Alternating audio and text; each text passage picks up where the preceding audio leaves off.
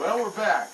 We're back after a little bit of a hiatus on this Memorial Day weekend in 2008. We decided kind of appropriately to bring up a topic about, well, I guess it has historical and military and veterans and pioneers subject matter, and that's about restoring St. Mary's Cemetery in downtown Ventura and all the political mayhem, I might say, connected with that. So we're going to cover that with a few roll-ins, and I have two wonderful guests with me on the show. We have Steve and Robin, who are activists with the St. Mary's cause, and Steve has been very active for 4 years plus and advocating them, and Robin actually has a little bit of a hands-on connection with it, with some family that are connected with the desecrated cemeteries, and we'll get into that. But good morning, folks. Thanks for coming in. I know it's tough to come in on a holiday weekend. Thank you for taking the time. I didn't realize it was going to be a holiday weekend when we booked this, but I think it's appropriate. But Steve, what's your connection with St. Mary's, and what are you trying to do? I moved into Ventura a few years ago and happened to stumble onto a piece of property that looked like a park of 7 acres overlooking the Pacific Ocean with the Channel Islands out on a clear day. And somebody explained to me that, in fact, it wasn't a park at all, that there was 3,000 people buried there. Of course, I thought they were nuts. And because there was no markers, there was no telltale signs of the cemetery. And I did some minor investigation, went to the museum, looked at old newspaper articles, and lo and behold, I found out that in 1965, through to 1970, the city had in fact come to this property and pulled out some 600 headstones and crypts and family plot curbs and all remnants of the cemetery, and had carted them all off to a canyon up in the hills and dumped them, and came back and did some minimal grading and actually changed it, they say, into a park rather than a cemetery. And one of the most horrifying things is that they didn't exhume one person who had been buried there. They made the park right on top of the cemetery, the 3,000 graves. So the remains were not exhumed and moved? There's still burials there. There's burials there. This has got to be the most unbelievable mess up or conscious theft of real estate property that I've ever heard. I mean, this is just crazy stuff, and that's one of the reasons why I got so plugged into it. Was to me, this is a no-brainer. I mean, why is it standing? I mean, what's behind it that's allowing this to stand without some kind of rectification? Do we know? Well, the city has an incredible iron grasp on the doings of its holdings, of the city itself. They put forth a dictate, and they have intimidated anybody from doing anything. When the descendants stand up and try and do some, through the bureaucracy, they're put down. Through the channels of trying to resolve the problem, trying to restore the cemetery, the city has their mechanisms, their committees, their commissions in place to get what they want, the city, rather than letting anything happen that the people want.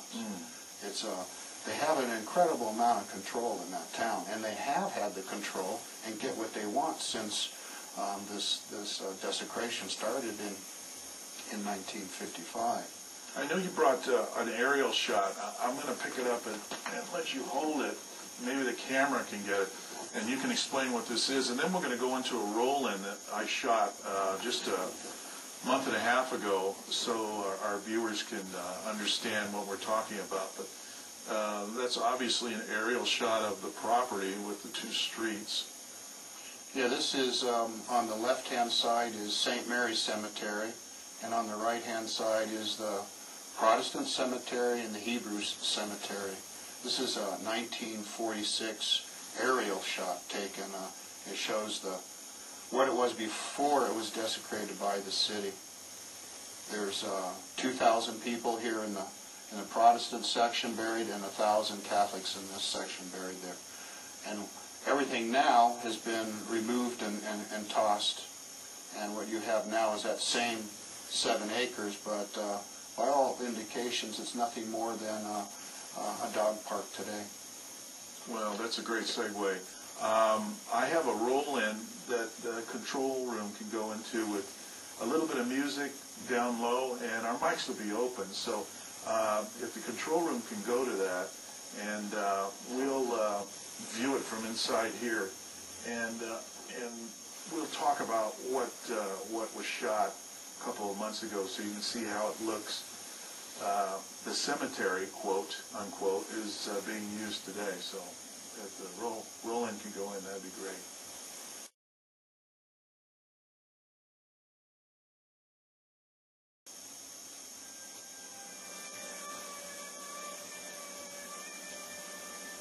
Yeah, that's it.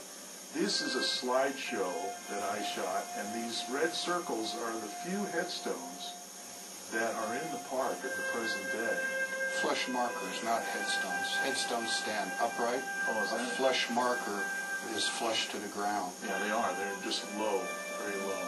Right. They will not allow headstones to go in. I see. They only want lawnmowers to come over the top. And this is the laughable rules of the park. The dogs must be kept on a leash, and dogs have to be picked up after. And as you'll see in the upcoming shots, you'll see that all the dogs are running completely loose, defecating wherever they feel like it, which includes on people's cemetery plots. There's at least 100 people right underneath the grass in that picture. It's packed with the dead. This is one for a child, which just destroyed me. I just couldn't believe this. But there's whole families there that are just being left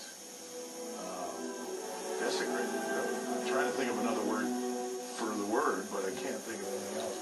This is a Indian War veteran who was a Medal of Honor winner, who is still interned in that park. I believe there's another one from the Civil War, isn't there? There's about 70 Civil War veterans buried there, and 12 Spanish-American War veterans buried there. Which is unconscionable to me. Well, it's also against state and federal law to not have their graves marked. The city is in violation of state and federal laws. And you look at the dates here, obviously these are pioneers. I mean, 1856 to 1878. This is a who's who of Ventura County. There's a guy walking his 3 dogs, and they're all relieving themselves on this sacred property. I mean, this was holy ground, right? Consecrated. This is hallowed ground. State cemetery law requires that there's a perimeter fence around the cemetery. There is no fence here. The city is in violation of state law. Yeah, this was a couple of family headstones there with the nice little dog deposit right there with Mr. Hollingsworth. And this is unconscionable. The city permits this kind of stuff to go on. I saw nobody enforcing the park rules at all when I was there. There is none. They say they'll